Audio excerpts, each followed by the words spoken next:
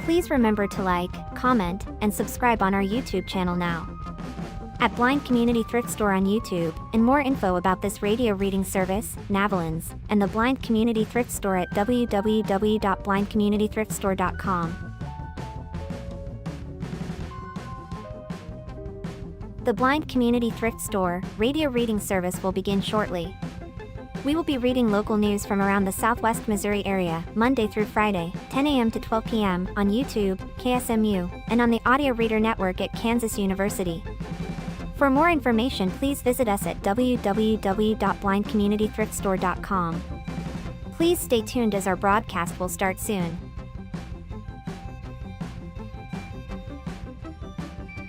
Please remember to like, comment, and subscribe on our YouTube channel now.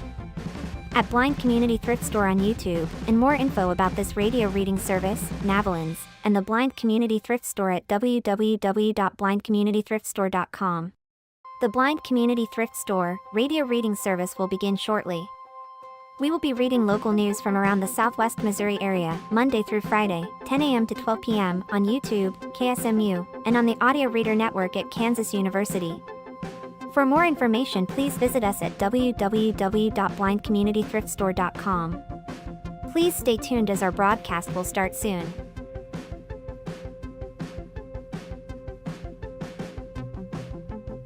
Please remember to like, comment, and subscribe on our YouTube channel now. At Blind Community Thrift Store on YouTube, and more info about this radio reading service, Navalins, and the Blind Community Thrift Store at www.blindcommunitythriftstore.com. The Blind Community Thrift Store radio reading service will begin shortly. We will be reading local news from around the Southwest Missouri area, Monday through Friday, 10 a.m. to 12 p.m. on YouTube, KSMU, and on the Audio Reader Network at Kansas University. For more information, please visit us at www.blindcommunitythriftstore.com. Please stay tuned as our broadcast will start soon.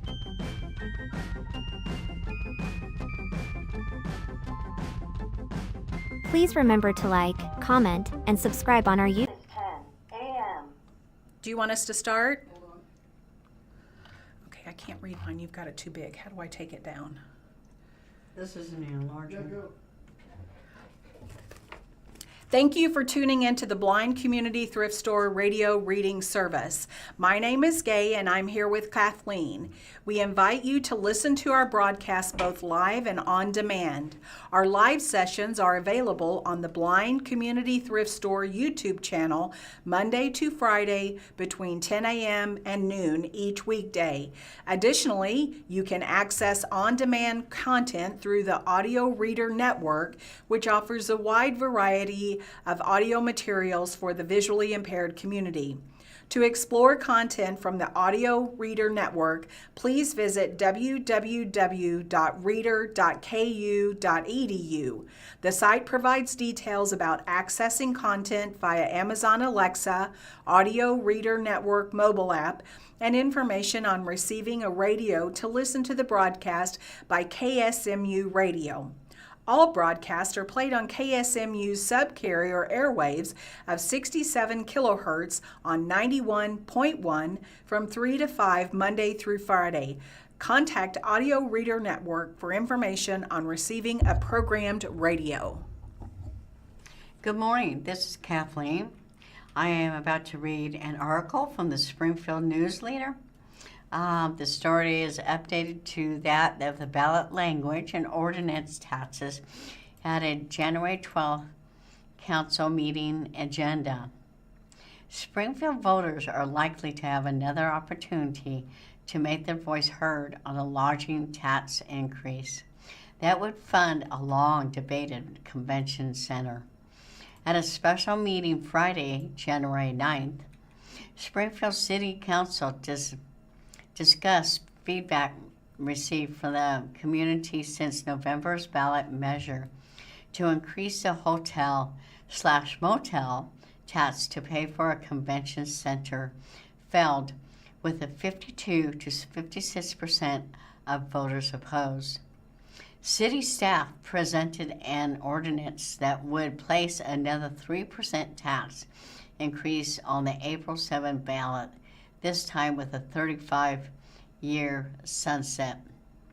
City Manager David Cameron shared that much of the feedback collected through on an online survey and through in-person listening sessions pointing to need for more education and details about the 125,000 square foot convention center project, which is estimated to cost $175 million to construct. Emphasis was also placed on the need to assure voters that the city's general funds would not be at any point be used to construct or operate the convention center or make up for cost overruns. Cameron said it is also important to ensure residents to know the steps that the city is taking to address chronic issues, even with the additional focus on the conventional center.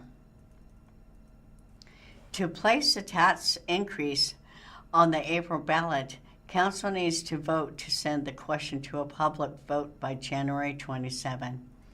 The ordinance to do so was added to the agenda of the upcoming council meeting on Monday, January 12th. The ordinance includes an emergency clause, which would allow the meter to be voted on in the one reading instead of two. In the city's view, getting on the April ballot could be the last chance to receive an allocated but restricted $30 million in state funds. Governor Mike Kehoe priced on the amount on his restricted list, which means it is solely his discretion if and when to release or fully veto the funds for the convention center. If released, the money alongside a $30 million local match has to be spent by the end of June. Cameron told council voter approved in April would be a necessary step in receiving those funds, though he noted there was no promise of it, and the government has a plethora of other projects on his restricted list. Asked by Councilman Bruce Adib Yazdi whether the project was deliverable without those funds, Cameron said, potentially yes. Mayor Jeff Schrag indicated the project needs to be planned without depending on those on state funds. We have to build this for our $145 million, period, including everything, Schrag said. Now, if we get to the state money, that's extra. As a public listening session, January 6th, Cameron indicated the construction of the convention and event center will be strictly capped at $175 million. The sum identified in the Hunton Partners report presented to council in July. The additional $30 million be presented would go towards property acquisition surrounding existing city-owned property at 635 East St. Louis Street. At that event, he would also showed an illustrated graphic that portrays how the 125,000 square foot convention center footprint could fit onto the 7 acres of property. The city already owns and builds off renovation and expansion of the current Springfield Exposition Center.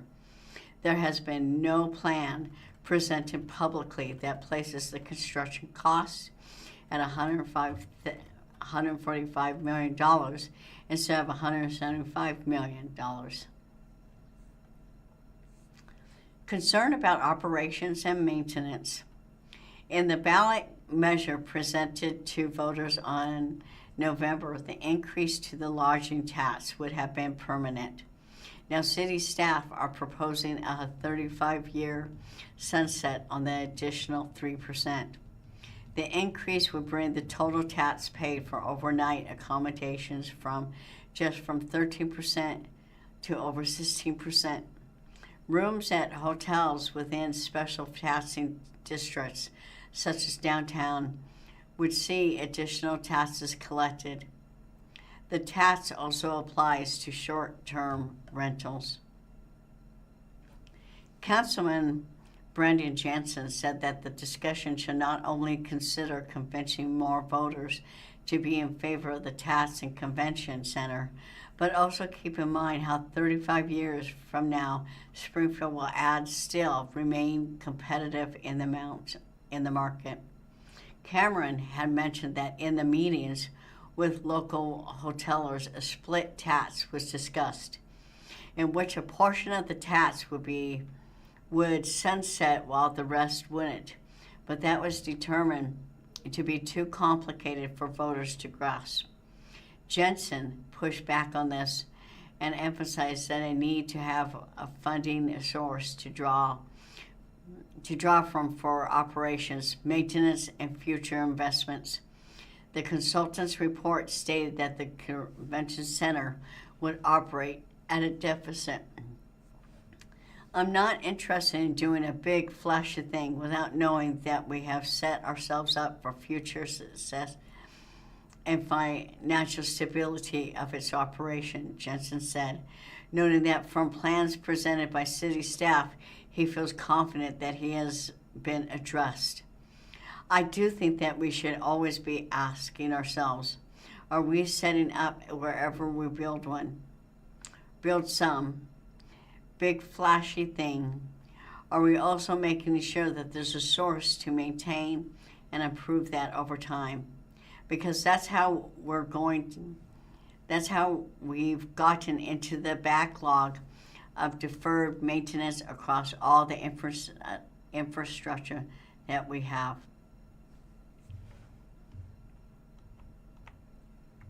Councilman Derek Lead said that 35 years is a long time, and it is impossible to predict the nerds and options for that far down the line. He noted that at point there would be a new council and another resources available. Cameron also said while the sunset provision for a potential new tax would be 35 years, the debt service would be paid off within 30 years, leaving an additional 5 years of revenues to go towards operations and maintenance. The city is also proposing to use money from this existing lodging tax that currently pays off debt service for Jordan Valley projects towards operations and maintenance once the debt is paid off in 2028. That is estimated to bring in roughly $2.8 million, according to Cameron's presentation January 6. Originally, the Jordan Valley debt service funding was expected to be used in tandem with the 3% lodging tax increase for construction. When this model was presented, it used a conservative 2% annual increase to hotel tax revenues, though that the city typically sees higher growth than this. The model has now been adjusted to reflect 4% annual growth, freeing up the current lodging tax money after 2028. This change was made to ensure there still is a funding mechanism for the operations of the convention center, even where the 3% increase portion sunsets. Hotel/motel tax funds are restricted to supporting tourism, so revenuers cannot be relocated or toward other city functions like stormwater or roads. Schrag suggested including operations and maintenance in the specific April ballot language alongside reconstruction to make it clear that the money will be spent that way. Education matters more than sunset. The survey and public feedback did not point to the tats being permanent as a major reason for the measure failing in November. But Cameron said the sunset is a pivotal point for local hotelers to be more confident and supportive of the project. While the Springfield Hotel Lodging Association endorsed the November ballot question, members of the local hospitality industry had differing views on the city's plans. I don't think it was the language of the question the first time. I don't think the language of it matters, Councilman Carroll said. I don't think there's anything wrong with it the first time. I just think that we, as a community, the education piece is number one. Council members and Cameron agreed that the missing piece in the fall was an education and advocacy campaign, where the lodging tax increase failed. It was the first time a majority had opposed a city tax measure in more than 15 years. The rushed timeline, time of details about the project in sight, and general uncertainty about the economy were credited for the result, according to the previous News-Leader reporting. My sense is that the people that were in support of it were sort of in an rebo chamber and hearing other, high-ranking individuals all telling each other that this is something that's important, that our city needs. But there was no communication really to everyday person of why this matters. Jensen said, we need to be using our voices. We can't just rely on that echo chamber at the top to get it across the field's line. While the Springfield Area Chamber of Commerce had endorsed the measure, there was no formal campaign for the tax increase due to the short timeline. Chamber President Matt Merrill told the News-Leader previously that a formal campaign requires at least 6 months to be effective. Still, even in this time around, the April 7th election is mere 3 months away.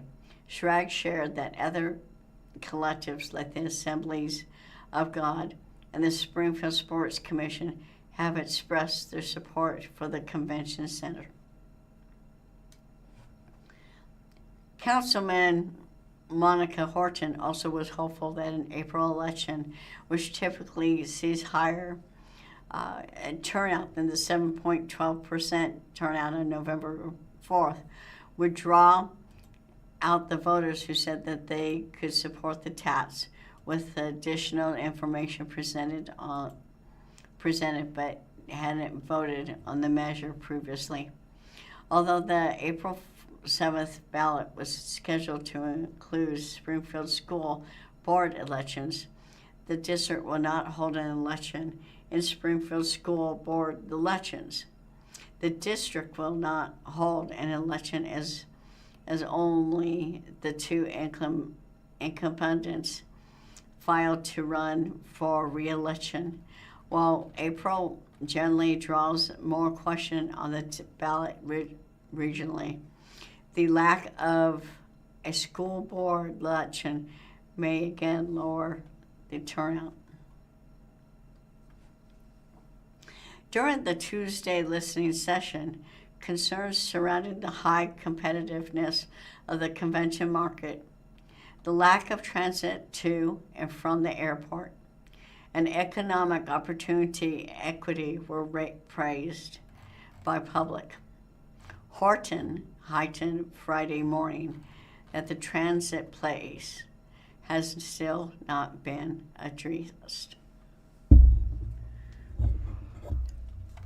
Our next article comes from the Springfield Daily Citizen by by reporter Jackie Rewald. Judge okayed videotape deposition for assault victim who is terminally ill. Despite objections from the Springfield man accused of beating an elderly and/or disabled woman with her oxygen tank and sexually assaulting her, a judge is allowing the prosecutor to depose the alleged victim on videotape in order to preserve her testimony for the upcoming trial. The prosecutor filed a motion to preserve the victim's testimony in September 2025 because the victim has stage 4 chronic obstructive pulmonary disease, or COPD, and she is not expected to live much longer, according to online court records. John M. Toomey, the defendant, objected to the motion in December, telling the court he did not believe the alleged victim is that sick. Toomey, who is 59, is charged with 2 counts of Class A felony of first-degree assault, serious physical injury, 2 counts of first-degree sodomy, second-degree domestic assault, and abuse of an elderly, disabled, or vulnerable person. A hearing was held on Thursday, January 8, at which Judge Todd Myers ruled in favor of the prosecutor, according to the online court records. Toomey is scheduled to stand trial in May of 2026. According to the Sixth Amendment to the Constitution, as well as Missouri law, a defendant has the right to confront witnesses.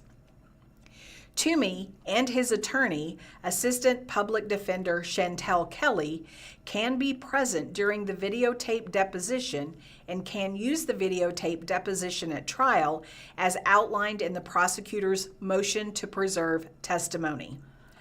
According to the probable cause statement, the alleged assault happened around 7 p.m. on May 16, 2023, at a residence in Springfield. Police were dispatched to the location after the victim's son, identified as Witness 1 in the report, called 911. He told officers that he received a call from his mother, the alleged victim, and that he could hear yelling and scuffling in the background before the call was disconnected. When officers arrived and knocked on the door, Witness 1 continued to call his mom and to call Toomey. Initially, no one answered the door. Later, after speaking with the witness on the phone, Toomey opened the door and allowed the officers inside. According to the statement, Toomey told officers, quote, "She was beaten. I did this to her, and my punishment to her was to strike her to cease and stop her breathing," end quote. Officers put Toomey in handcuffs and found the victim crouched down in her bedroom, shivering with numerous injuries. She was only wearing a large shirt. Her underwear and shorts were pulled down to her ankles. The alleged victim told officers Toomey struck her in the head with the oxygen tank multiple times, as well as with his closed fist. Toomey also allegedly sexually assaulted the victim and made other verbal threats. She was transported to the hospital for treatment and received several staples to seal the wound on the top of her scalp. The alleged victim also had 2 broken ribs. According to statements, the victim and Witness 1 told officers they were afraid if Toomey was released, he would try to find her and he would kill her. The victim said Toomey was also her caregiver through Medicaid and would routinely not feed her, bathe her, clothe her, or clean her as required. She told officers she believed Toomey was trying to kill her, that he was about to rape her, and that he allegedly put his hands around her neck and squeezed to the point she could not breathe. When interviewed by investigators, Toomey allegedly said his anger carried him, quote, too far, and that he was, quote, capable of wrath to which he could not control in his human form, end quote. Toomey also allegedly said, quote, with nearly godly strength, I struck her, end quote. Court records show Toomey intends to rely on a defense of not guilty by reason of mental disease or defect. He has since been evaluated by the Department of Mental Health, but publicly available court records do not show the finding of that evaluation. That report was by Jackie Rewald. I am reading on the article by Spring Valley. COTS Health breaks ground, shows glimpse of pediatric care center. This is written by Karen Craig, who is a reporter. A ceremonial groundbreaking marked the start of the construction of the planned St. Louis Children's at COTS Health Specialty Care Center, stated to open in summer of 2027. COTS Health officials today released the first publicly shared renderings of the 133 square foot facility to be located on the East Penrose Street, just west of the Systems Farrell Duncan Clinic. The KCI Construction Company is serving as a construction manager for the project designed by Archmaches. Ashley Cassad, president of the Springfield Hospital Group and a senior vice president of operations for COTS Health, kicked off the ceremony saying the new facility will bring together ambulatory surgery, pediatric primary care, pediatric specialty care, therapy, infusion, lab, and sleep studies, all under one roof.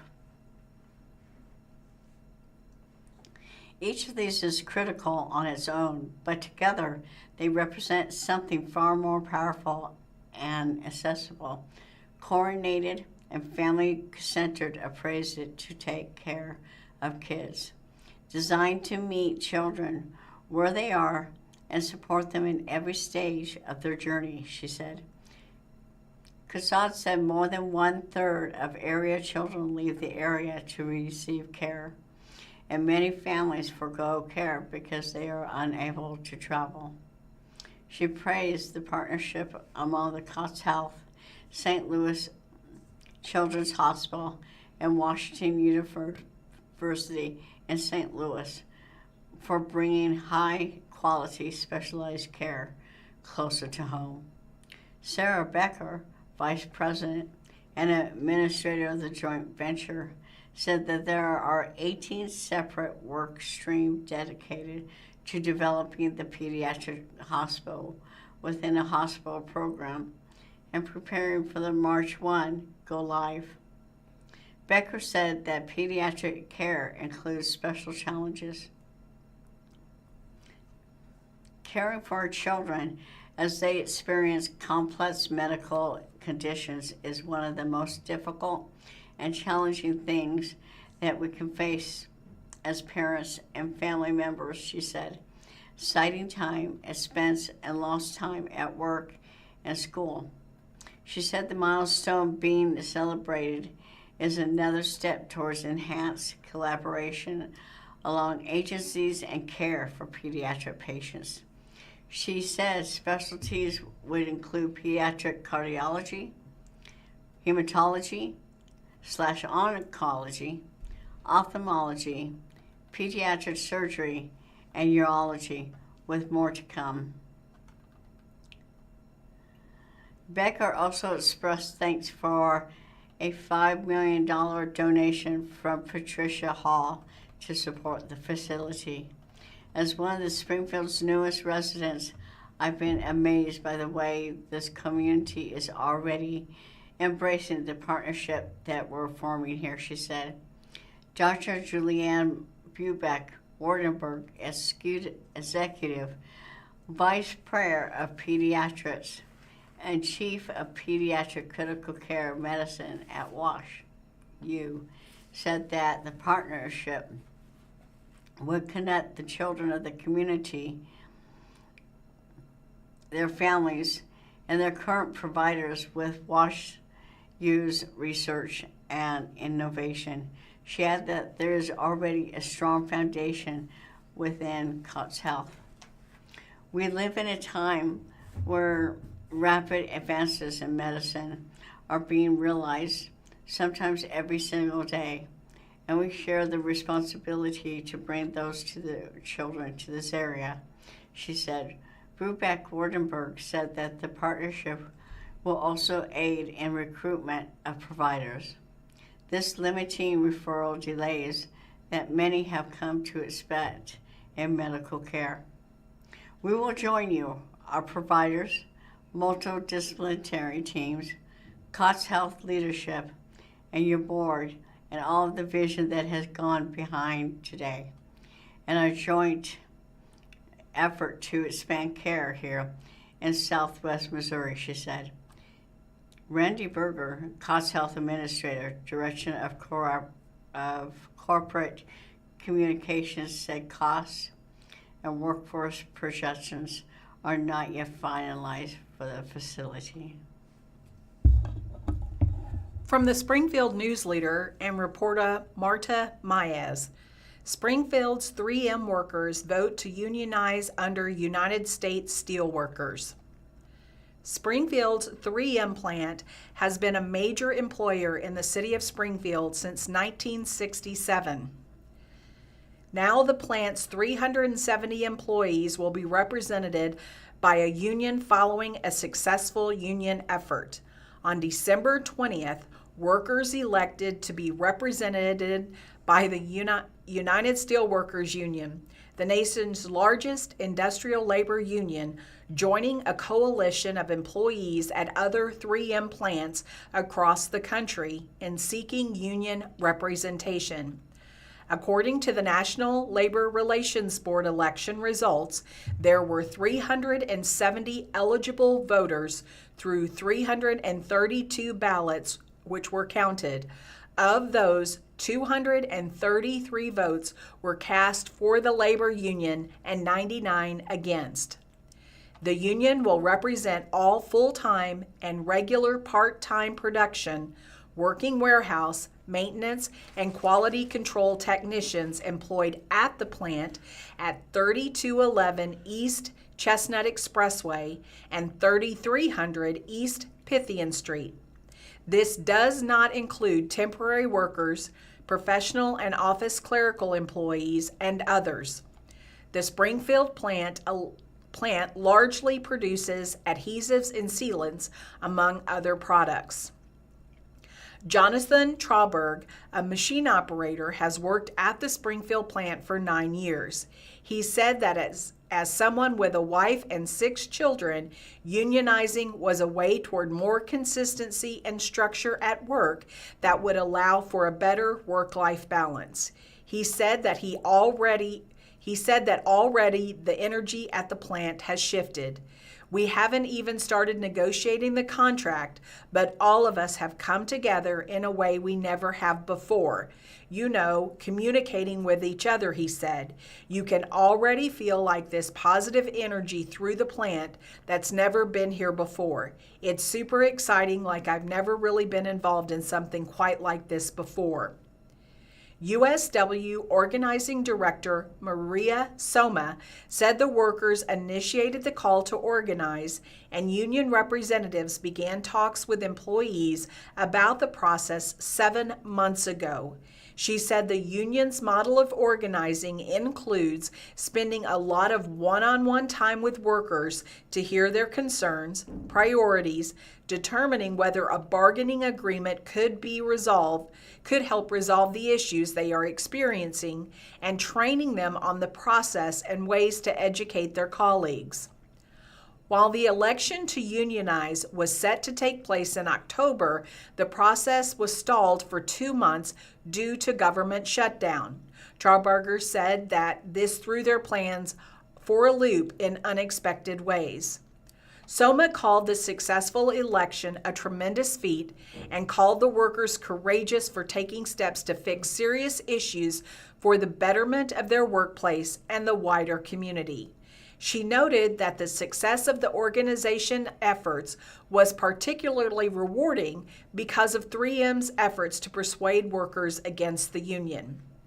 According to filings with the U.S. Department of Labor of Office Management Standards, 3M hired at least 3 consultants to meet and educate local workers in Springfield.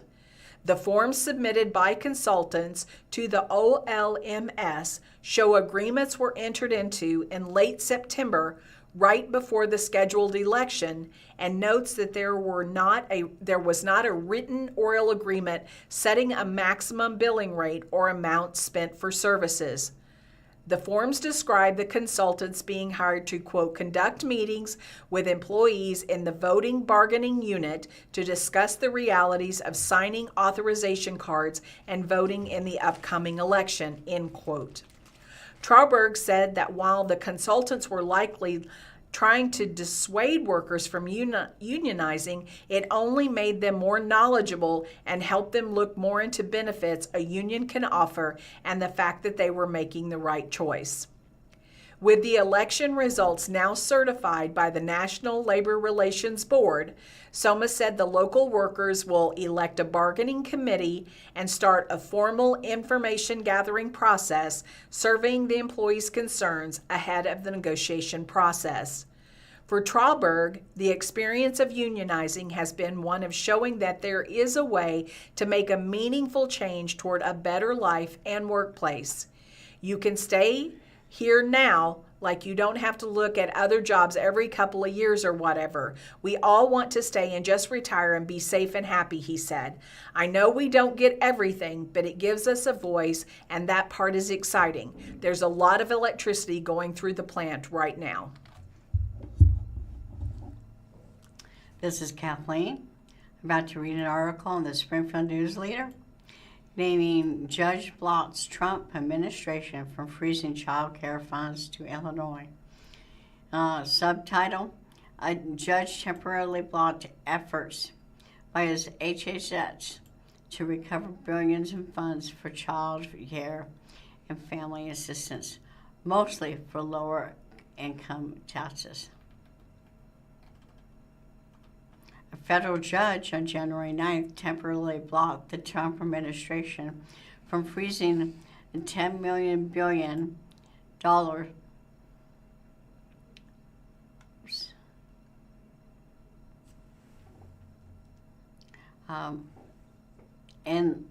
in federal funds for child care programs in 5 Democratic-led states, including Illinois.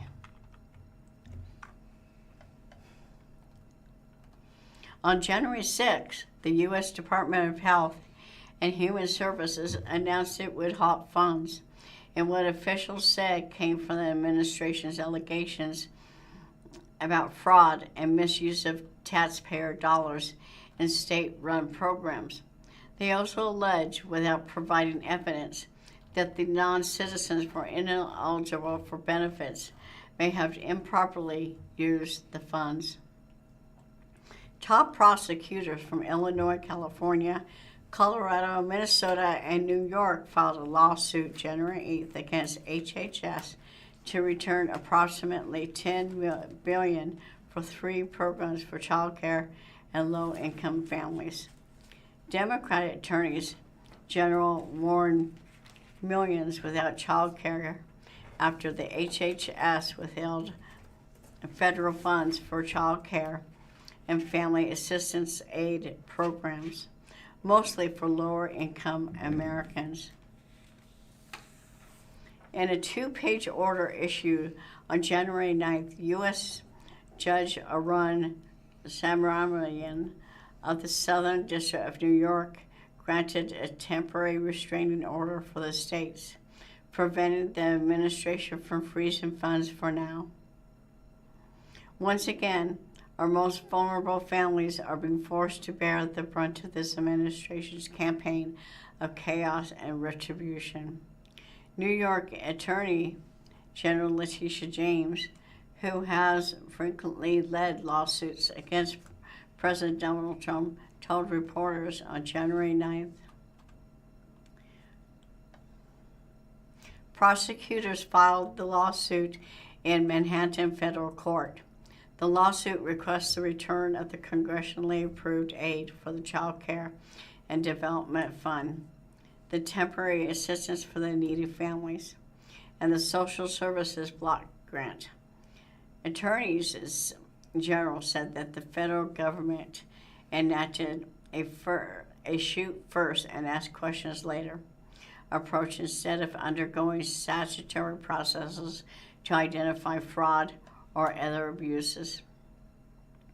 HHS referred USA Today to a January 8 ads post from Agency General Counsel Mike Stewart, who said it is unfortunate that these attorney generals from these Democrat-led states are less focused on reducing fraud and more focused on partisan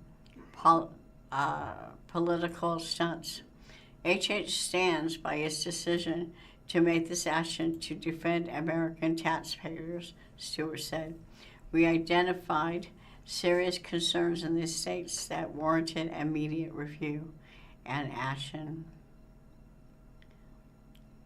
It's unclear what the allegations are. HHS did not respond to a follow-up question, though Minnesota's ongoing scandal over COVID-19 pandemic ERA loan fraud has erupted as a partisan issue. Trump, a Republican, previously announced plans to investigate other Democratic states, including California, following the Minnesota scandal. We have a responsibility to protect taxpayer dollars and ensure the programs serve the families were created to help. Alex J. James, HHS Assistant Secretary for Children and Families, said in a statement, when there are credible concerns about fraud or misuse, we will act.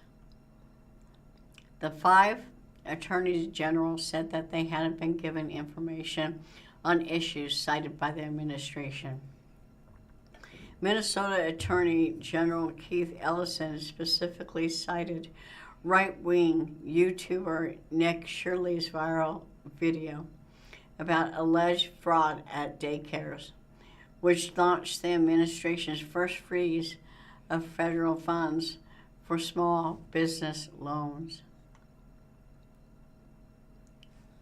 The administration has broken some very clear laws when trying to make these changes, Ellison said. They've given no legal justification for this funding freeze. They've ignored clear requirements for making the cuts of these programs. Rob Bonta, the top prosecutor of California, said the cuts affect millions of Californians. About $5 billion of the $10 billion in the freeze are directed to the nation's largest state, Bonta added. Colorado Attorney General Phil Weiser said questions should be asked about what fraud exists and how to address it. That's not what this is about, he said. The tell is how the response is designed, which is one that is designed to punish and to harm, not to address fraud. The January 9th order by Subramanian, appointed by former President Joe Biden, expires in 40 days pending further orders from the court as the case continues. This story was updated with new information. Our next report from the Springfield News-Leader. Hotel of Terror owners submit referendum petition to city clerk. This is by Marta Mayaz. A petition seeking to overturn City Council's decision to seize the Hotel of Terror using eminent domain was submitted to the Springfield City Clerk on January 9th. Hotel of Terror owners Sterling and Melissa Mathis submitted a referendum petition that Sterling Mathis said included 2,400 signatures to protect the property which operated as a Springfield haunted house 47 years ago. Springfield City Council unanimously voted to initiate the eminent domain process against the property at 334 North Main Avenue on December 15th. Since then, the Mathises have led efforts to collect enough signatures for a referendum petition. The city had been in negotiations with Mathis for several years, but was unwilling to pay more than $2 million for the attraction to be moved elsewhere. The acquisition of the property is key to the city replacing deteriorated Main Avenue Bridge. Sterling Mathis has most recently asked for $3.5 million to relocate the Hotel of Terror, noting that the city has continued to add requirements for a new location that have driven up the cost. Sterling Mathis said the city continued to change the necessary requirements to move the haunted house, particularly noting ADA compliance and certain safety code upgrades like elevators and fire escapes that would require additional work and investment. Because the ordinance was approved in mid-December, Mathis said signatures had to be collected over the holidays, and because the Mathises live in Ozarks, they were unable to distribute the petition themselves and had to rely on friends and supporters who live within the city limits. All we are asking is to be able to move our business and stay in business without going into debt, Sterling Mathis said. In order for the petition to be found sufficient, it needs to contain at least 1,499 certified signatures from registered Springfield voters.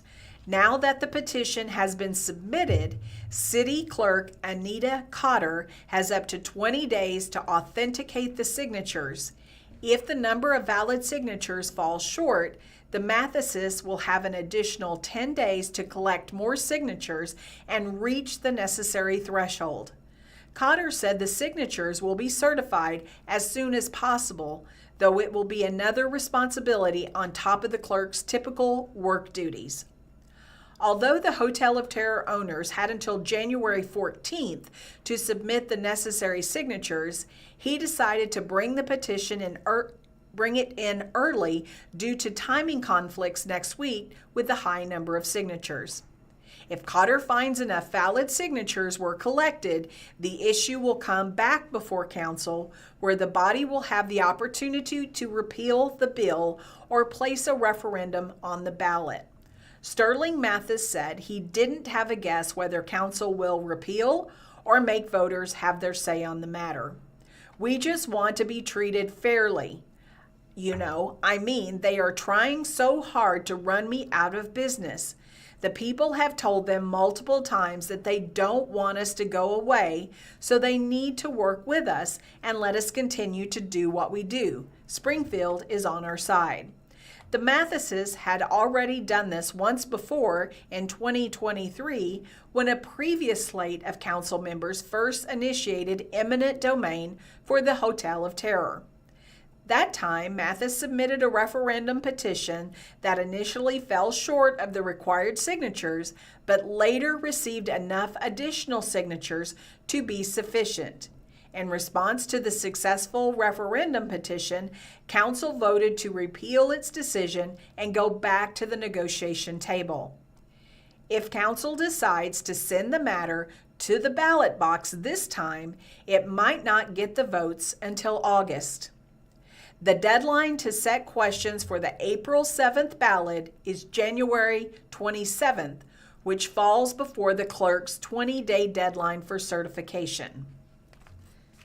Thank you for listening to the Blind Community Thrift Store reading service. Come by and see us in person with daily deals at 2713 North Kansas Expressway in Springfield, Missouri.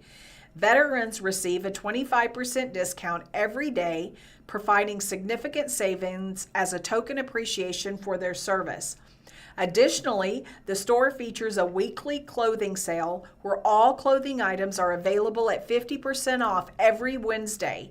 Seniors age 55 and older benefit from 25% discount every Tuesday, making shopping more affordable to the senior community. This is Kathleen. I am reading an article from the Springfield News-Leader.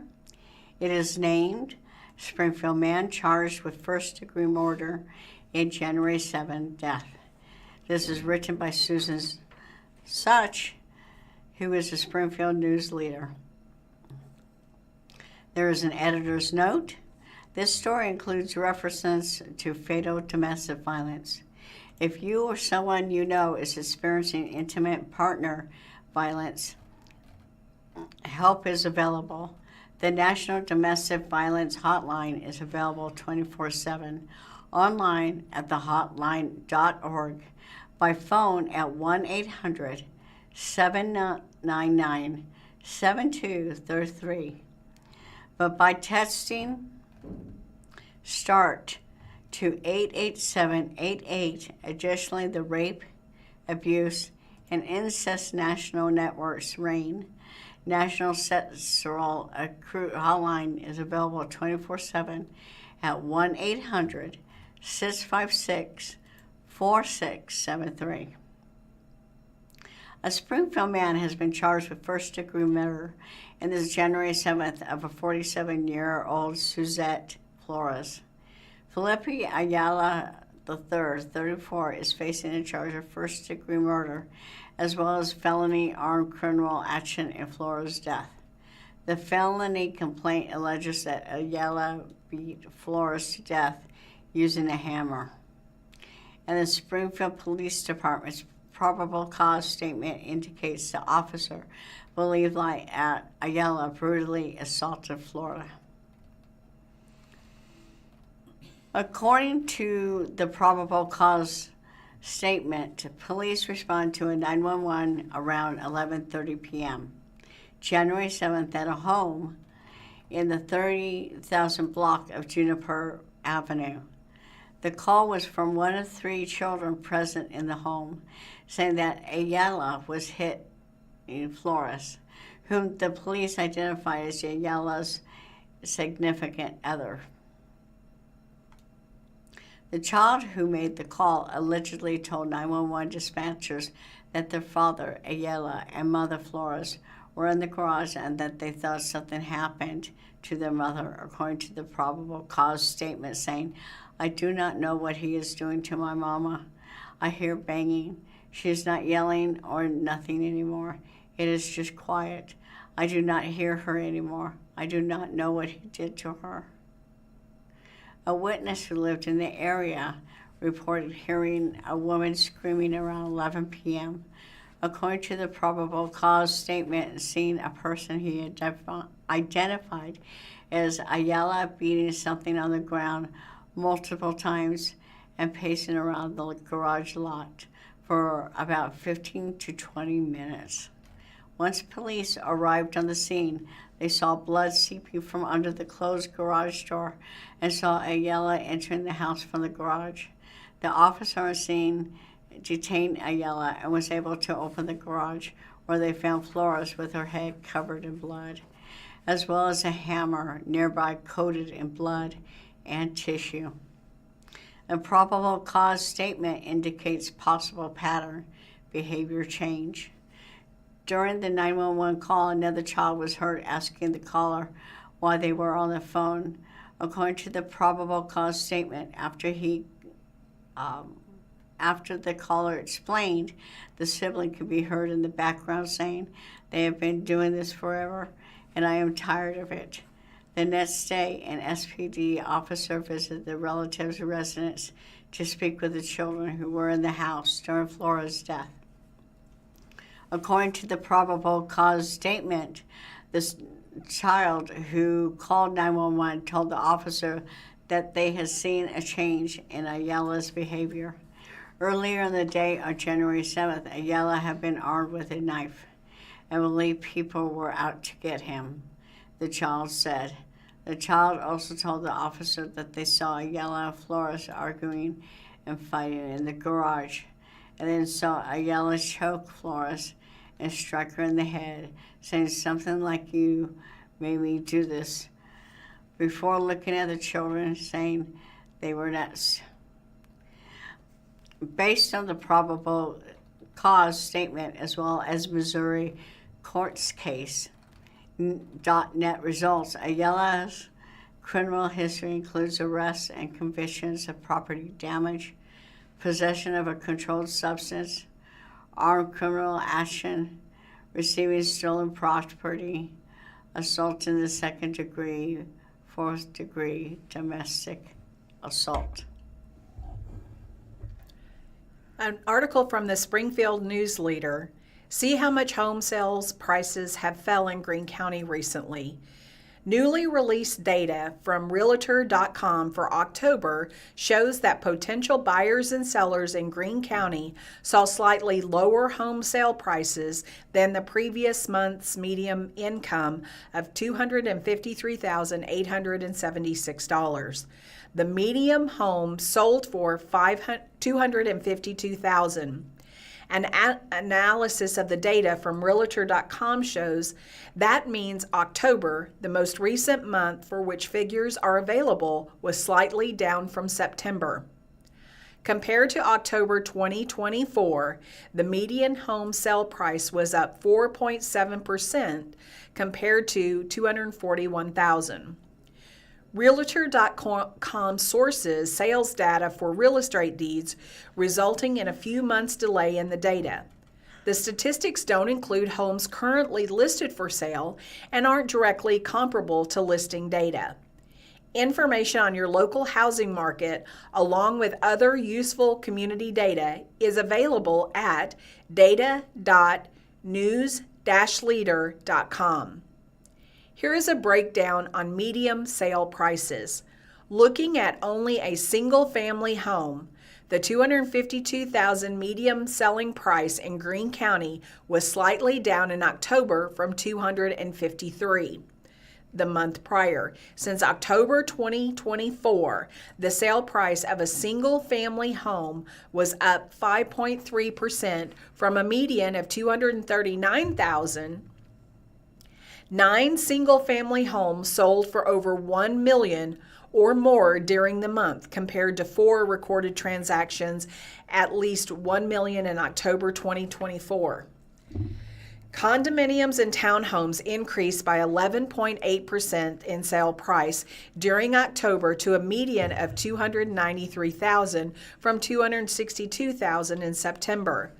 Compared to October 2024, the sale price of condominiums and townhomes was down 2.2% from $300,000. No condominiums or townhouses sold for $1 million or more during October. In October, the number of recorded sales in Greene County rose by 6.9% since October 2024, from 533 to 570.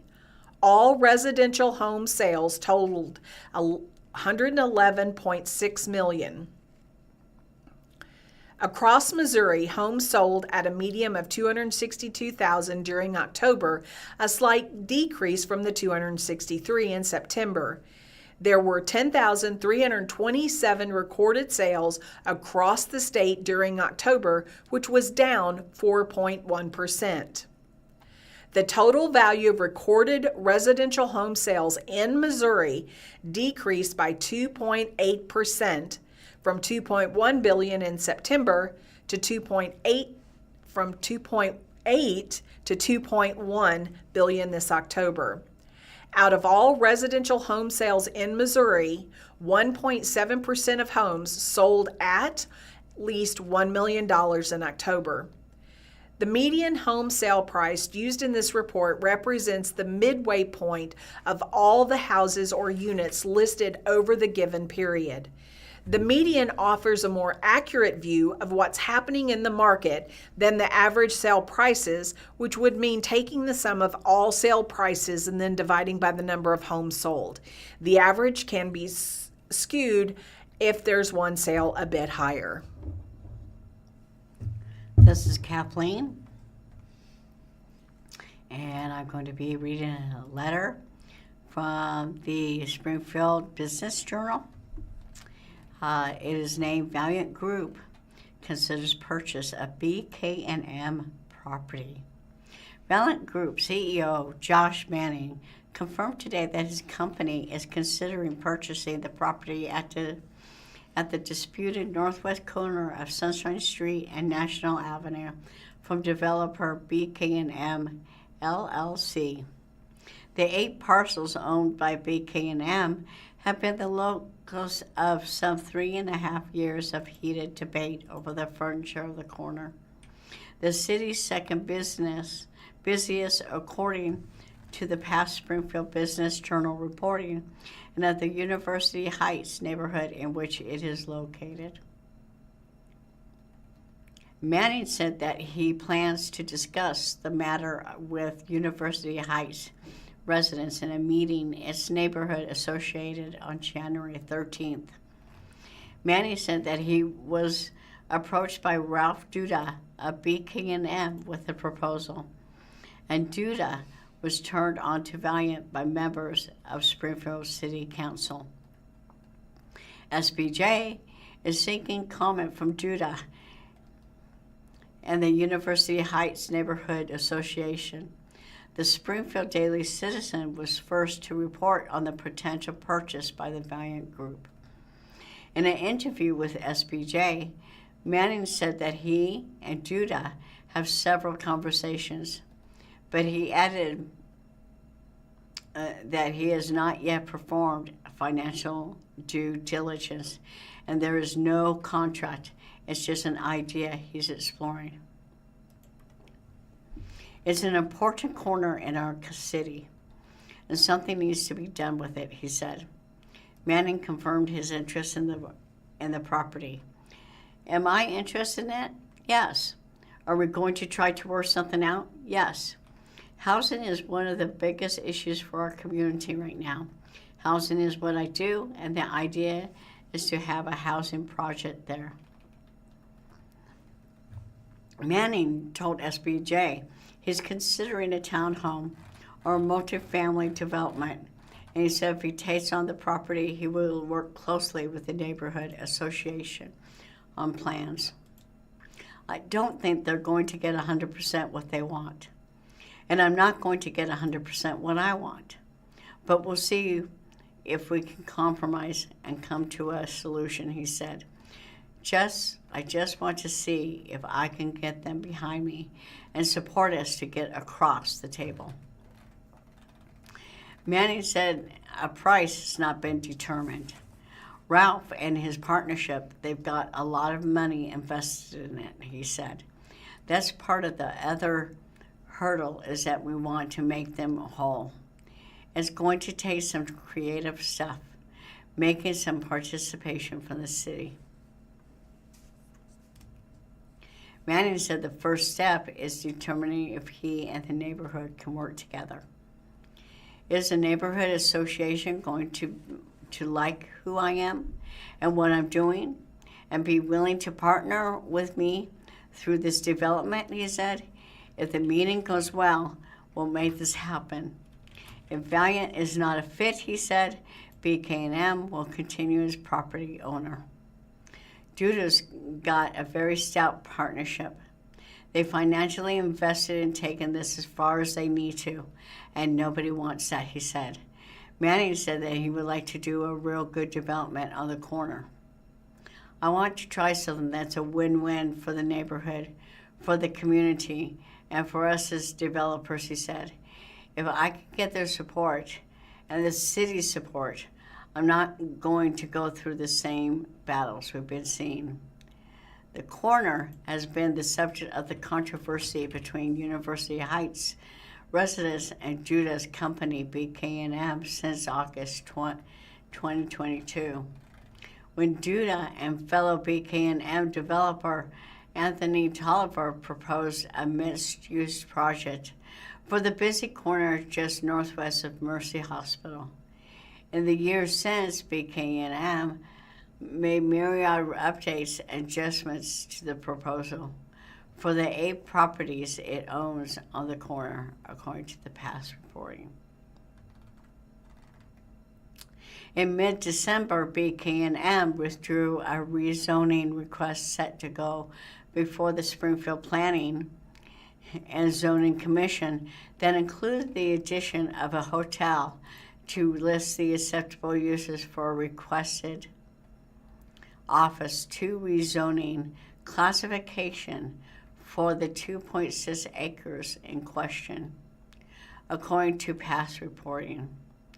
A representative of the BK&M said at the time that the developer requested the withdrawal after the development team, including Duda, believed it could be successful in obtaining P&Z approval, but the required majority approved by City Council was seen as unlikely.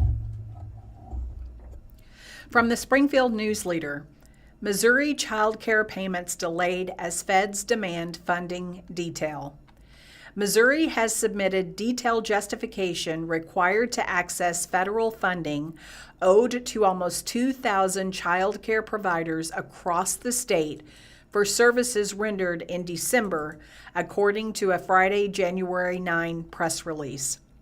The Office of Childhood in the Missouri Department of Elementary and Secondary Education, which found it could not access the funds earlier this week, has been unable to explain the delay to child care providers because it had not received communication from the federal government before Thursday evening, January 8. We know how important these payments are to providers, and this is our utmost priority, said Office of Childhood Assistant Commissioner Deidre Anderson Barbie in the press release. The department submitted a comprehensive breakdown Friday morning to meet the requirements of a federal initiative called Defend the Spend. Its spokesman told the Independent, Defend the Spend, a system created by the now dissolved Department of Government Efficiency, requires recipients of federal funds to justify each transaction before they can receive payment. Although the state office has submitted the required documentation, child care providers still don't know when they can expect to receive payment. Lisa Shear, director of Biden Christian Child Care in St. Louis, told the Independent that the message from the state office brings little relief. It's an answer, but it's not an answer anyone wants to hear, Shearer said. To be honest, there's not going to be an answer until they say, we're paying you. Shear said her child care center relies heavily on the federal funds because each of the 45 children the center serves participates in the subsidy program. Families in Missouri must earn no more than 150% of the federal poverty level to qualify. Our families really rely on our services for food and safety, Shearer said. We provide area transportation and really just a safe haven for our neighborhood and our community. U.S. Health and Human Services Deputy Secretary Jim O'Neill on December 30th announced in a social media post that all states would be required to justify their child care expenses in order to access support from the Federal Child Care and Development Fund. On Monday, January 5th, the federal department froze child care payments to 5 states, all with Democrat-led governments. The state's Office of Childhood said Friday that the federal request for information about Missouri's child care subsidy program indicates Missouri child care funds have not been frozen. Before that communication, the cause of the delay wasn't clear. Casey Hansen, Deputy Director of Kids Win Missouri, told the Independent that the uncertainty has made the funding disruption more painful for child care providers who operate on a very tight margin. In a meeting around 160 providers on Wednesday, January 7th, Hansen said many were frustrated and upset. Some providers who mostly serve families who receive subsidies are at a point to turning those families away, especially if they don't have reserves, and a lot of small providers really don't, Hansen said. Shearer, who was in the meeting, says she's trying to delay costs where she can. She agreed with her husband that she won't draw a paycheck until federal funding comes through, but she realizes her employees, who are mostly single women, cannot do that. While Shearer said she is committed to keeping her doors open, she's not sure how long the center would be able to operate without subsidy payments. It's trying to make sure my employees' needs are met so that they can still show up for children, so children's needs are met, so that parents can still go to work and be parents for their children, Shearer said. It's just a lot of unknowns for all of us. This is Kathleen. I'm reading an article from the Springfield Business Journal. It is named, "With two incumbents running unopposed, no SPS board election required in April." Board incumbents Judy Brunner and Sharita Thomas Tate were only candidates to file. It is written by Claudette Riley, a reporter. For the first time since 2020, there will not be a Springfield School Board election in April. Only two incumbents, Judy Brunner and Sharita Thomas Tate, submitted petitions to run prior to the December 30th, 2025 filing deadline for two open seats. Under board policy, no election is required if the number of candidates who filed is equal to the number of open seats on the 7-member governing body.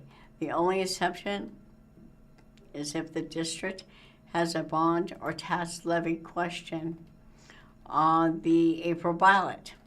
The election was set for April 17th. This year will be a significant departure from the recent board election cycles, which have been expensive and highly competitive. Though more civil recently, board elections had grown nasty and negative campaign ads paid for by outside spending groups. I am extremely grateful that I will not have to go through a contested election this year, as Judy and I are running unopposed for our current seats, said Thomas Tate in a statement to SBJ. Given the increasingly expensive, divisive, and at times deeply hurtful school board elections, this moment offers a welcome sense of relief and stability. Thomas Tate, an associate professor at Missouri State University, lost the 2019 election despite garnering a 9,092 votes. She joined the board after the uncontested 2020 election. In the 2023 election, Thomas Tate and Brunner won seats despite TV attack ads that questioned their patriotism and experience as educators. The attacks I experienced during the 2023 election cycle were intense and deeply personal, and they nearly led me to step away from the public service, Thomas Tate said. Ultimately, I choose to run again because I believe strongly in Springfield Public Schools and in the importance of a steady, value-driven leadership, especially during challenging times.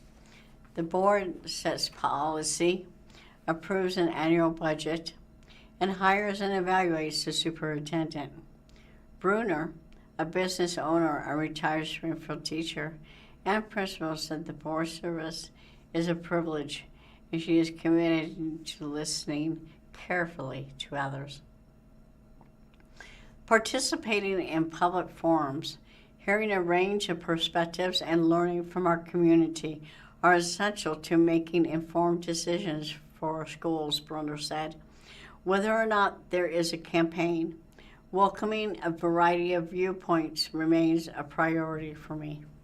Thomas Tate and Brunner highlighted success 2 recent years, including improved student test scores, high graduation rates, expanded busing and choice programs, and a slew of completed bond projects with more in the completion and planning phases. SBS is doing important for moving work for students, families, and our community, Thomas Tate said.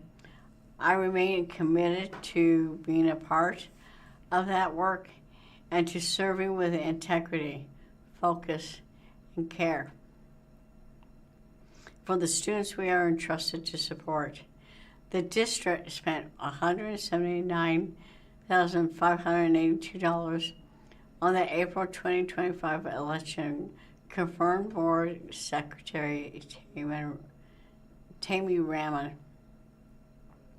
Collectively, the 4 candidates who ran last year reported more than $250,000 in money and in-kind donations, according to reports filed in May, with the Missouri Ethics Commitment or on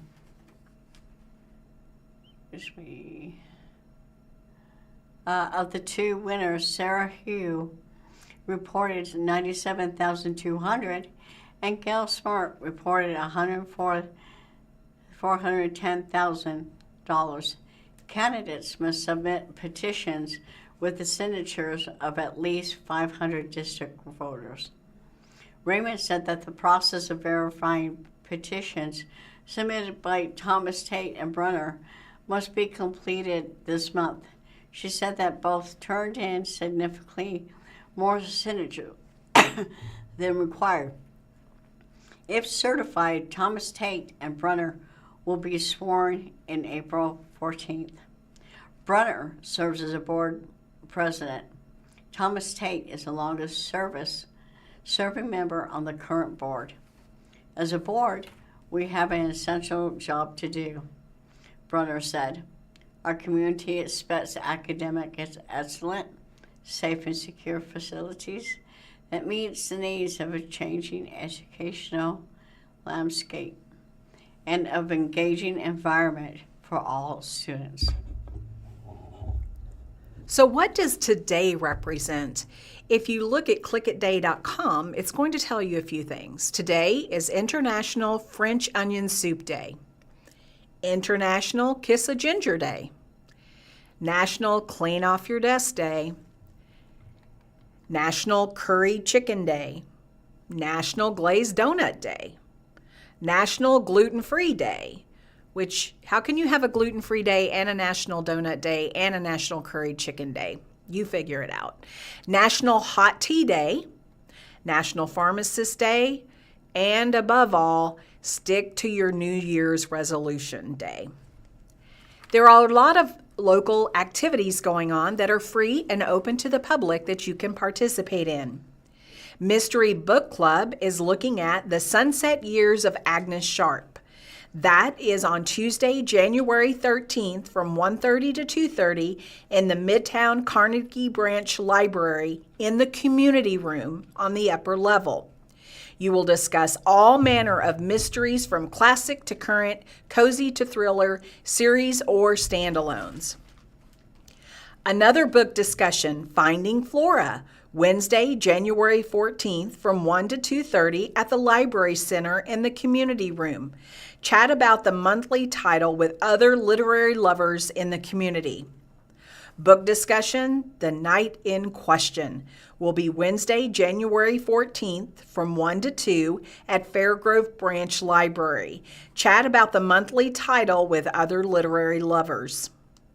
There is a new travel log coming up, Welcome to Tahlequah, Mexico.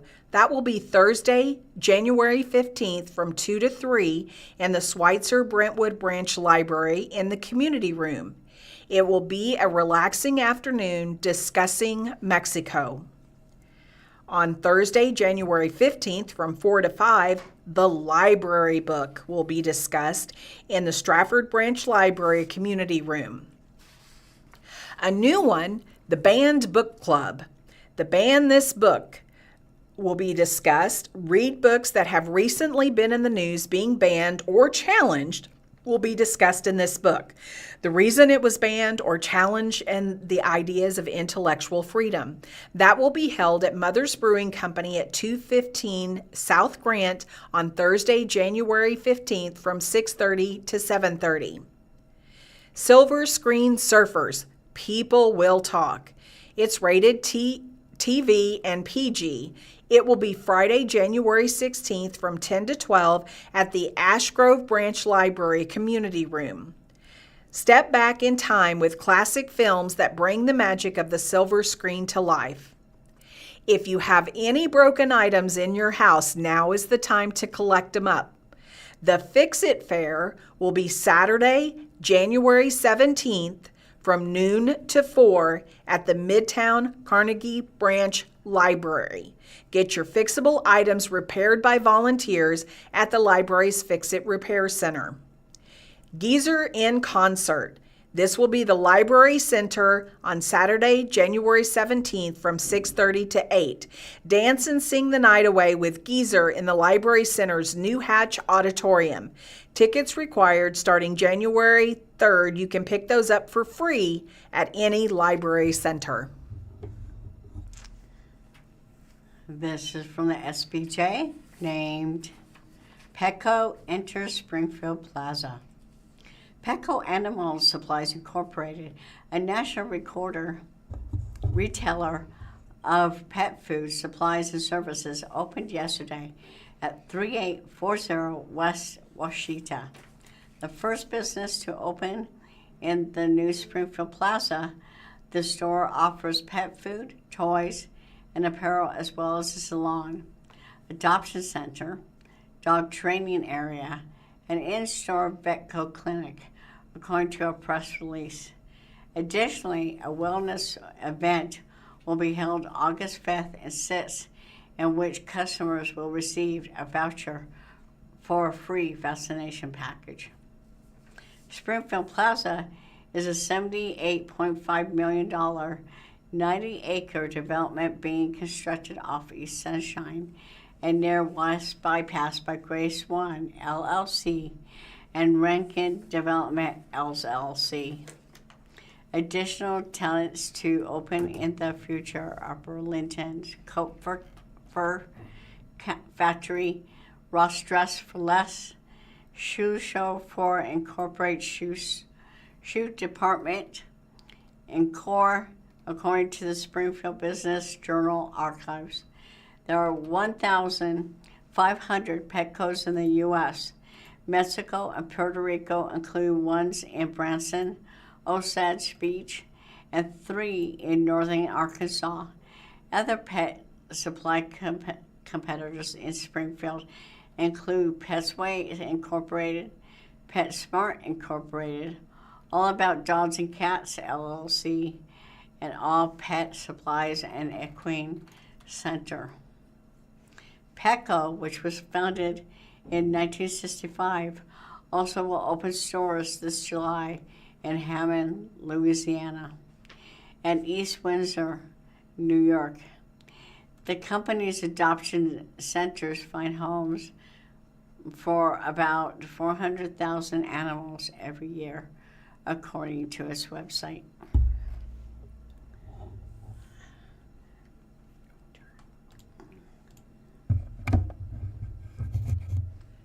From the Springfield News-Leader and staff reporters, Library's Hatch Auditorium opens January 16th and 1 million cups moves.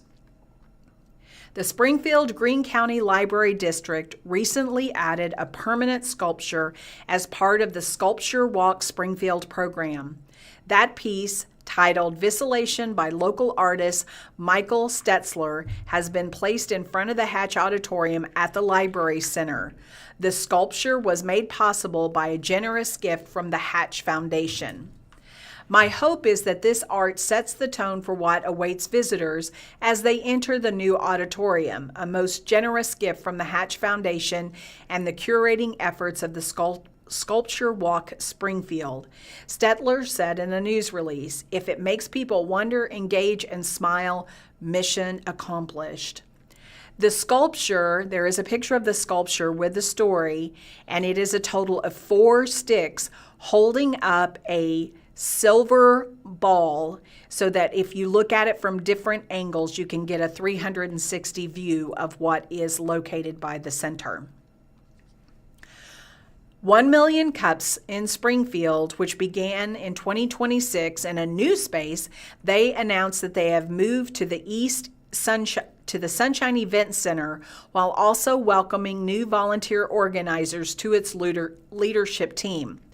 Starting in January, the weekly gathering for entrepreneurs will meet at the Sunshine Event Center inside Plaza Towers at 1736 East Sunshine, Suite 300. Alongside the move, longtime attendees and local advertising professional Kim Rippey has joined the 1MC Springfield Volunteer Leadership Team as a community organizer. Rippey, an account executive with Lamar, brings more than 27 years of experience in advertising and has been actively involved in 1MC for over a year. David Sims with David Sims Coaching and Samuel Knox with United News Magazine have also been added as organizers. 1 Million Cups was founded by the Kauffman Foundation and is a free national program that connects entrepreneurs with their communities through weekly presentations and conversations over coffee. Meetings are held each Wednesday from 8:30 to 9:30 and are free and open to the public. Visit Springfield, Missouri announced the hiring of Madison Woods as its new communication managers, bringing a strong background in journalism, public relations, and strategic storytelling to the destination marketing organization. Woods joins Visit Springfield with extensive experience in media relation and brand communication. Most recently, she served as public relation manager for Bass Pro Shops Big Cedar Lodge, where she led high-impact public relation campaigns that generated record-breaking earned media impressions, expanded national visibility, and strengthened relationships with top-tier media outlets.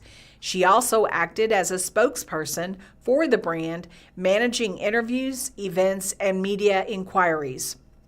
Prior to her work in tourism and hospitality, Woods served as a news reporter at KY3 News here in Springfield, where she researched, produced, and presented stories across on-air and digital platform.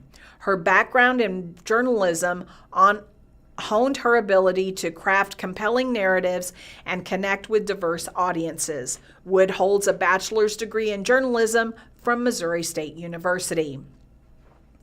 KP&M CPAs and Advisors has announced the promotion of Megan Cook to senior in the firm's accounting outsource consulting department. In her new role, Cook will continue to serve clients by providing accounting outsourcing, payroll, and tax services while taking on increased responsibility and delivering high-quality solutions and supporting the growth of KPM's AOC practice. With more than 10 years of experience, Cook works with clients across a variety of industries and is known for her strong technical skills and client-focused approach. Megan earned her Bachelor's of Arts degree in Business Administration and Accounting from Columbia College and is a QuickBooks certified advisor. Drury has named a new executive director of their law enforcement academy. Michael Boone, a veteran of the Las Vegas Metropolitan Police Department, has been named executive director of Drury's University Law Enforcement Academy. He began his duties at Drury on January 5th. Boone, who has served as a legal instructor with Blue to Gold law enforcement training since February 2021, worked for 8 years as an academy training and counseling officer with the LVMPD. In addition to his years with Las Vegas, Boone has experience working with the Drug Enforcement Agency and Narcotics Bureau detective and task force officer from 2009 to 2016. Boone earned his Bachelor's of Science in Kinesiology from UNLV in 1998. At Drury, Boone will oversee day-to-day operations while also managing compliance with Missouri's Peace Officer Standard and Training.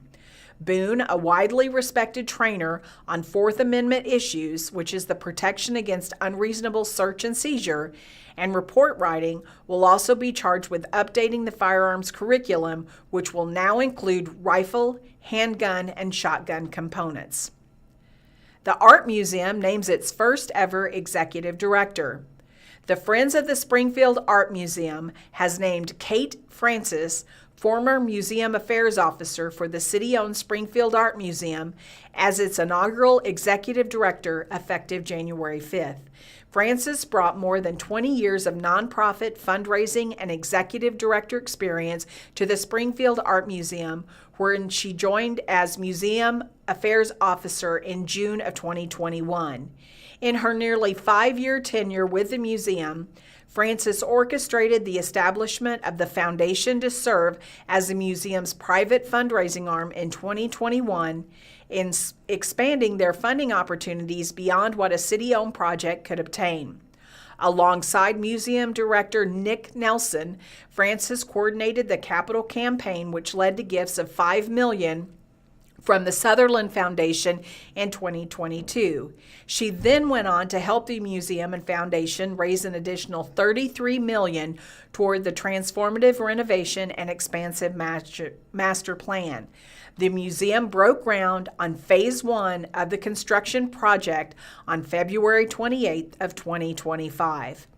In addition to her capital campaign fundraising work, Francis also increased annual operating support for the museum through individual giving, corporate sponsorships, and a wide range of grants from local, state, and national foundations.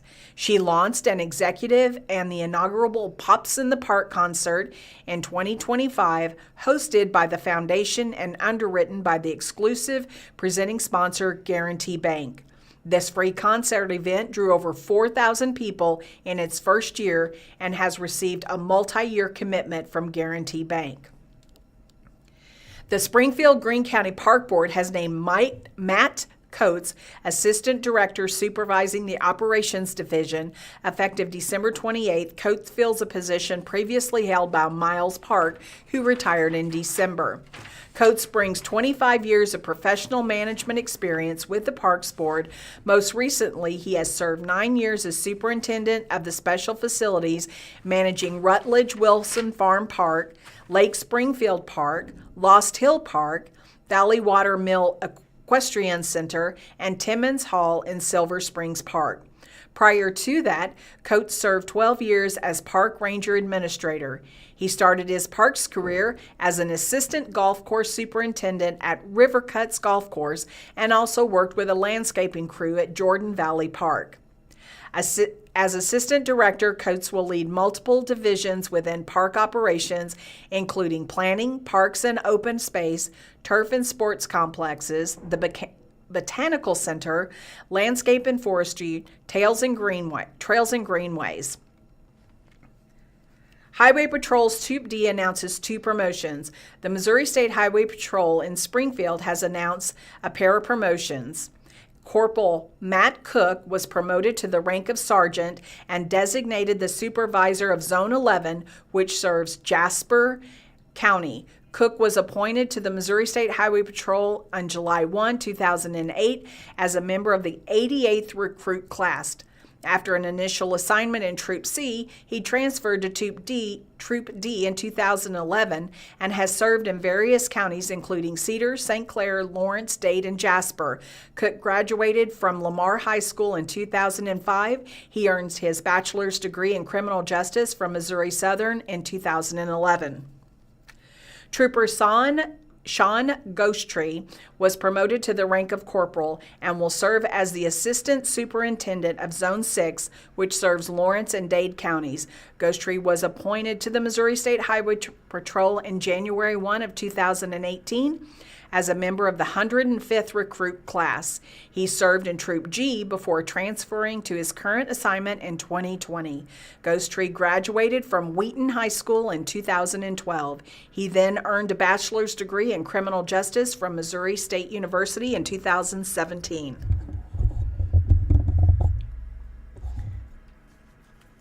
Thank you for staying with us. We are currently broadcasting live from the Blind Community Thrift Store, situated at 2713 North Kansas Expressway in Springfield, Missouri. For additional information about our store, please visit our official website at www.blindcommunitythriftstore.com to explore more of our video content, including movie reviews with Matt and Meredith, adaptive technology training videos, and informative material. Please visit our YouTube channel by researching for Blind Community Thrift Store. Our organization is dedicated to supporting the blind community and through various initiatives, and our online platforms serve as valuable resources for community engagement and education. This is about the Great Southern Bank that has opened up a business. This is written by the Springfield Business Journal. Great Southern Bancorp Incorporated, in parentheses NASDAQ GSBC, held an October 20th grand opening for its new branch that replaced an existing facility at the corner of Benton Avenue and Chestnut Expressway near Drury University's campus.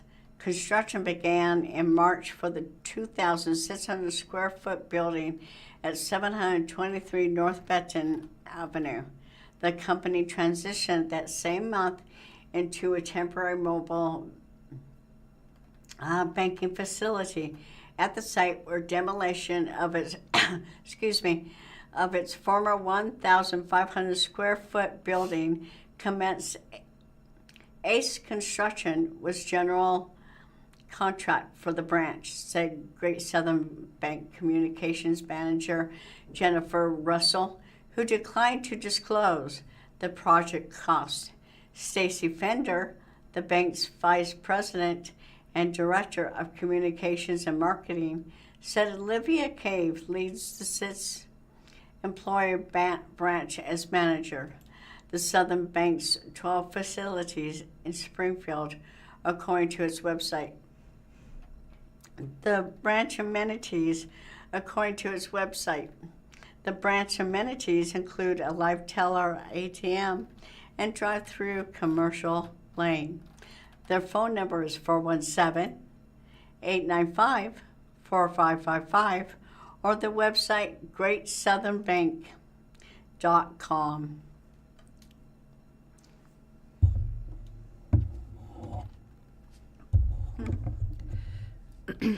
From the Springfield News-Leader, flu cases are rising in Springfield and nationally. What you need to know.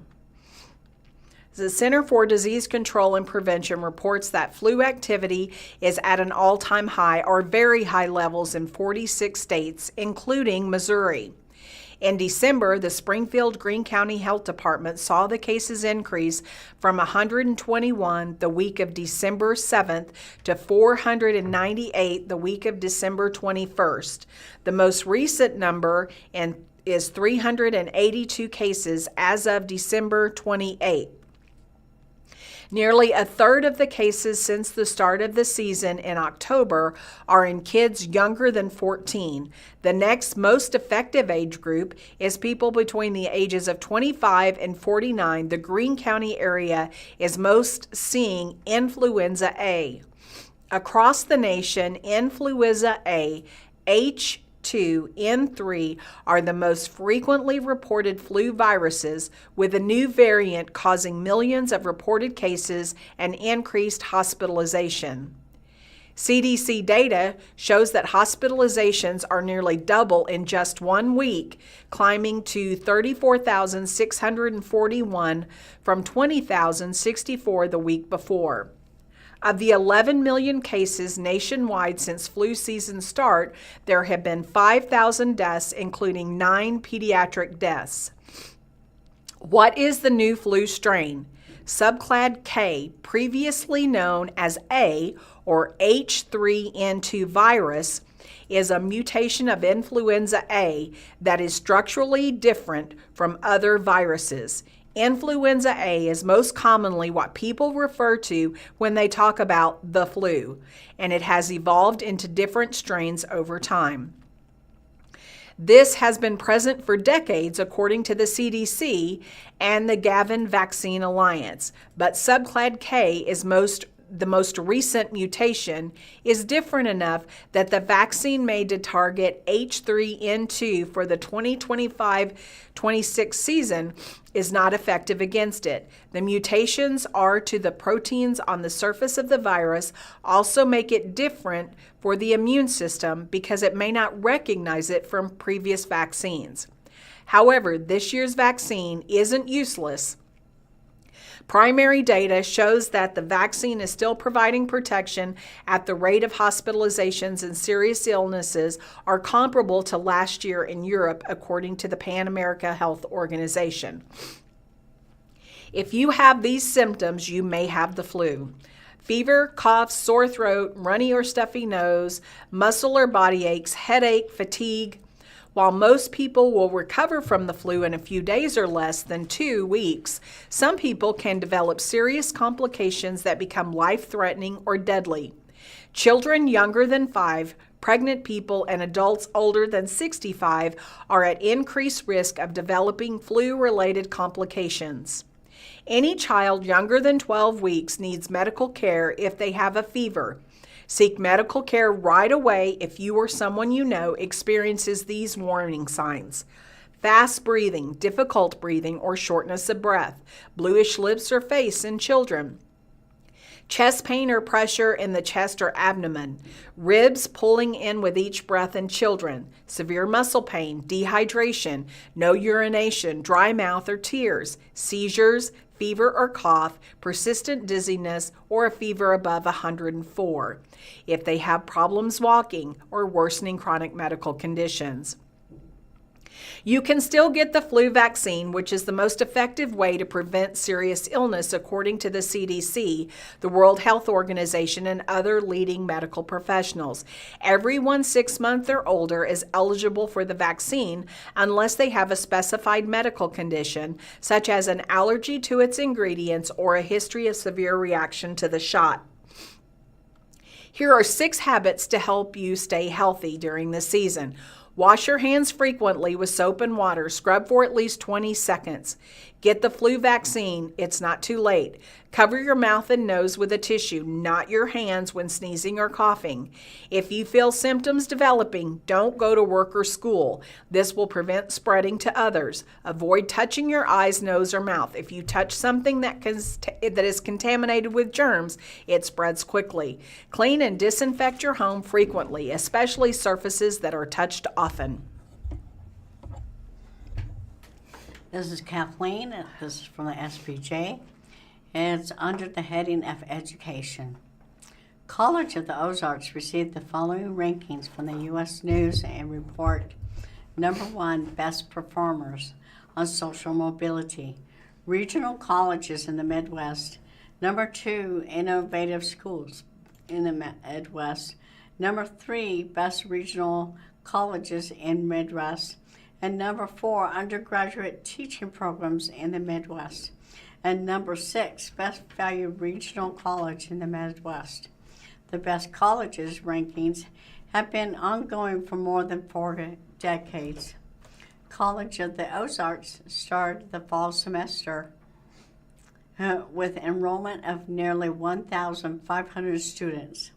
9 college students joined the Ozark Teacher Corps, a scholarship program managed by Community Foundation of the Ozarks Incorporated to help students are as follows: Mackenzie Furr, a 2021 graduate of Branson High School who is currently attending Missouri State University. Jerry Graham, a 2022 graduate of the Marshfield High School who is currently attending MSU. Rosa Hester, a 2022 graduate of Bloomfield High School who is currently attending MSU. Kenna Humble, a 2023 graduate of Ozarks High School who is currently attending MSU. Lillian Johnson, a 2024 graduate of Charleston High School who is currently attending MSU. Michaela Carr, a 2019 graduate of West Plains High School who is currently attending MSU. Hannah Phillips, a 2024 graduate of Merriamville High School who is currently attending MSU. Emily Whittaker, a 2017 graduate of Ava High School who is currently attending Drury University. And Natalie Wiltz, a 2023 graduate of Sparta High School who is currently attending Drury. Branson High School senior Hannah Barnes was selected a 2025 Questbridge National College Match Scholarship recipient through one of the nation's most competitive full-ride scholarship programs. Barnes has matched with Yale University and intends to enroll in fall 2026. Only 2,550 students received a scholarship out of more than 25,000 applicants. The Healthcare Citizens Memorial Hospital hired Dr. Rachel Smith as its new medical director of emergency services with a decade of emergency medicine experience. Smith has experience at Cots Health and Mercy.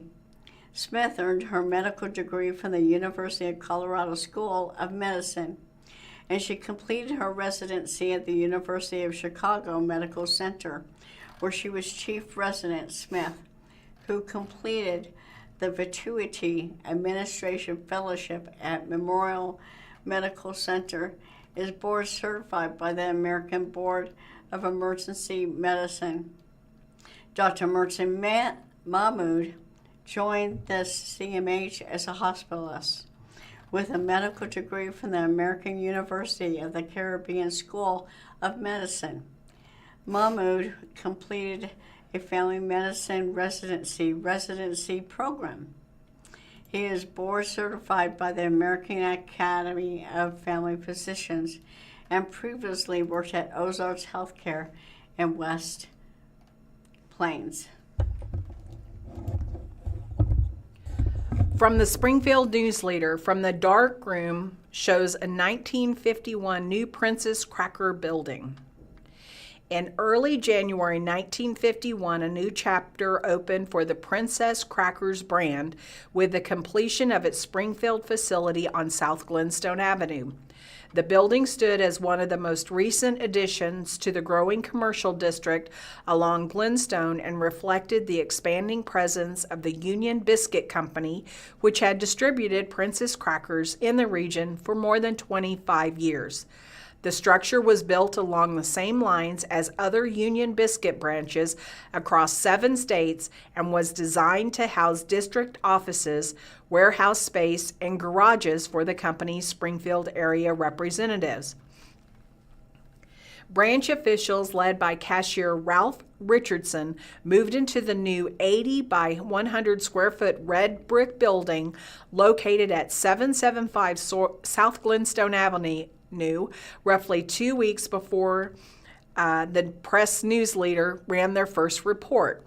The company is relocated from its earlier quarters at 628 North Nettleton Street. This is under the SBJ of manufacturing. Ozarks Coca-Cola / Dr. Pepper Bottling Company promoted Billy Roberts to an account executive role focused on food service accounts. A Hollister resident, Roberts started at Ozarks Coca-Cola's Roller Branch as a route driver in 1994. He held myriad leadership roles in the company, including district sales manager, regional manager, and future consumption manager. Roberts additionally is a veteran of the U.S. Army and National Guard. And the SRC Holdings Corporation was honored on Tugboat Institute's Best Evergreen Companies list for the second consecutive year. Presented at the Tugboat Institute Summit this summer, the award recognizes the companies for their long-term society impacts. Evergreen companies are defined by Tugboat as purpose-driven organizations that make a long-term difference through the qualities of grit and resourcefulness. SRC was founded in 1983 and operates as an employee stock ownership plan that has paid out millions of dollars to date. The nonprofit Afton Ramson joined the Missouri Sports Hall of Fame as Administrative and Business Development Coordinator, previously serving as marketing specialist and leasing agent with the Green Circle Project. Ransom has experience at organizations including Central Bank, America's Incredible Pizza Company, and the Women's Corporation and Clinic. From the Springfield Daily Citizen, Kickapoo forward Lexi Ringgold, inspired by father Springfield Police Lieutenant Kurt Ringgold. This story is by Jaden Pettis. Few student athletes in the Ozarks can say their father is a longtime policeman. Even fewer can say he's a lieutenant. This has been Kickapoo forward's Lexi Ringgold's reality. It's well known among the 6'1" Newman University-bound seniors' peers that her father is Lieutenant Kirk Ringgold, one of the most respected members of the Springfield Police Department. His nearly 30 years in law enforcement have inspired Lexi to excel on the hardwood. It just helps me be more respectful on the court, says Ringgold, who recently helped the state-ranked Lady Chiefs 12-0 win in the annual Pink and White tournament. I just know when and where not to say something or do something. I think it just has made me a more respectful person overall. The All-Central Ozark Conference talent said she owes a lot of who she is to her father all the way to her jersey number. I'll tell you the reason she wears 22, Kurt said. When she was a young girl, I was running the Springfield Police Department's guns football team. My number was 2. She'll tell you that she wears 22 to be twice as good as her dad. If 2 was good for dad, 2 2s would be even better. That's why she wears 22 and has through her whole career in every sport. I even call her Tutus as a nickname and have since she was 8 years old. The discipline that Lexi inherited from her father has helped her become a mainstay for one of the state's premier girls basketball programs. She also inherited his athleticism. As a former college football player, I see that she knows what it's going to take to play at the next level, Kurt said. Sometimes you have to push because they're teenagers, and but I see a lot of myself in her at that age. What from her father has helped her the most? I think my competitiveness, said Lexi. He always drives me to do the best I can do and just make sure I can be the best player, the best person, and try to outdo everyone and everything. Lieutenant Ringgold reflected on his youth and his motivation to continue with football at a young age, saying his dad pushed him like he's doing now with his daughter. As a dad, I want to push her to get to that, he said. I had a dad do the same thing, and he probably saw the drive in me and pushed me, but there's a fine line too. Don't push too far where it becomes not fun, so you've got to tiptoe that line, and I think I learned a lot from that with my dad. I'm trying to tiptoe that line with Lexi. To Lexi, though, it's not all about what she does on the court. She takes pride in knowing that the apple didn't fall too far from the family tree. I think he's a great person, and it's great to have people see him in me, she said. I think his kindness is what I admire most about him. He's nice to everyone he knows. It could be someone who is rude to him, but he'll still be nice to them and wants to help them as much as he can, and I think that's really cool. As for how she plans to use his impact at the next level, Lexi said even though he won't be there with her physically, he'll be with her mentally. Even though he won't be around every day like he is now, I think I'll still have him with me, she says. I'm with him every day now, and I just want to be kind of like him. He's a role model for me. I'd say in all aspects, so I think we're just connected on that level, so it'll be good to bring him and his lessons with me to college. Kurt concurred, saying that he hopes he's prepared his daughter as she moves to the next phase of her life. I hope the impact that she's learned from me as a dad and from the game of basketball she can take with her to her next career, he said. If you do that and always work as a team, success will come to you. This is a quick order. A quick reading of the Greene County Commission adopts $262 million budget by Jeff Pickle, digital editor. The Greene County Commission this morning signed and adopted the country's 2026 budget. Expenditures are targeted at $262 million per year, which is $3.3 million higher than the prior budget, said Jeff Scott. The county's budget officer, Scott, spoke before the commission in his meeting that was live streamed, and the budget has been published to the county's website. This was a challenging year in the sense that we didn't have the funds to meet needs of all the office holders.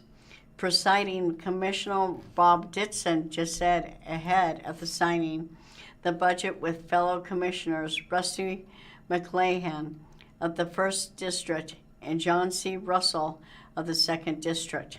As far as everyone working together, it really wasn't a challenge at all because it was a pleasure. Our people continue to be our top priority, Ditson added. Among the major county offices, Scott said Greene County Sheriff's Office would receive an additional $4.1 million, with the county clerk set to see a $360 increase, and the prosecuting attorney's office looking at $386,719 uptick. Among the increases, cost of living adjustments were a common thread, and county clerk operations are higher due to the election year. Unfunded requests among major offices include $4.2 million for the commission and a separate $4.1 million for the sheriff's office, Scott said, citing personal request among other expenditure items. From the Springfield News-Leader, a recently updated report, Missouri abortion regulations go on trial Monday, January 12th.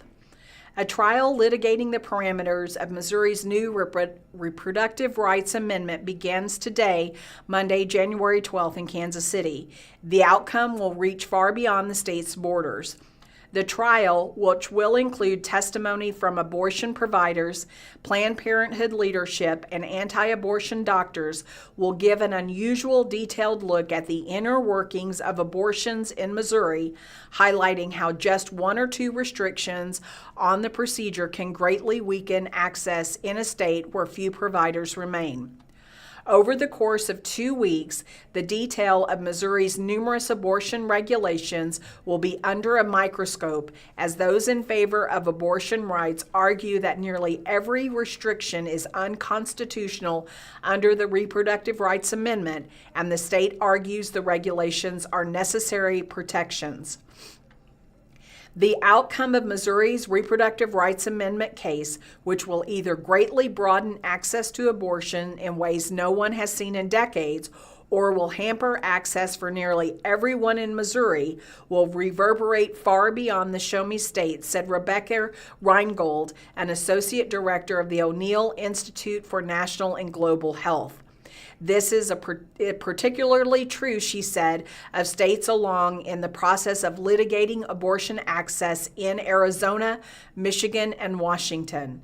There's a little doubt that advocates and decision makers in other states navigating similar legal challenges are closely monitoring the litigation over Missouri's abortion regulation, she said.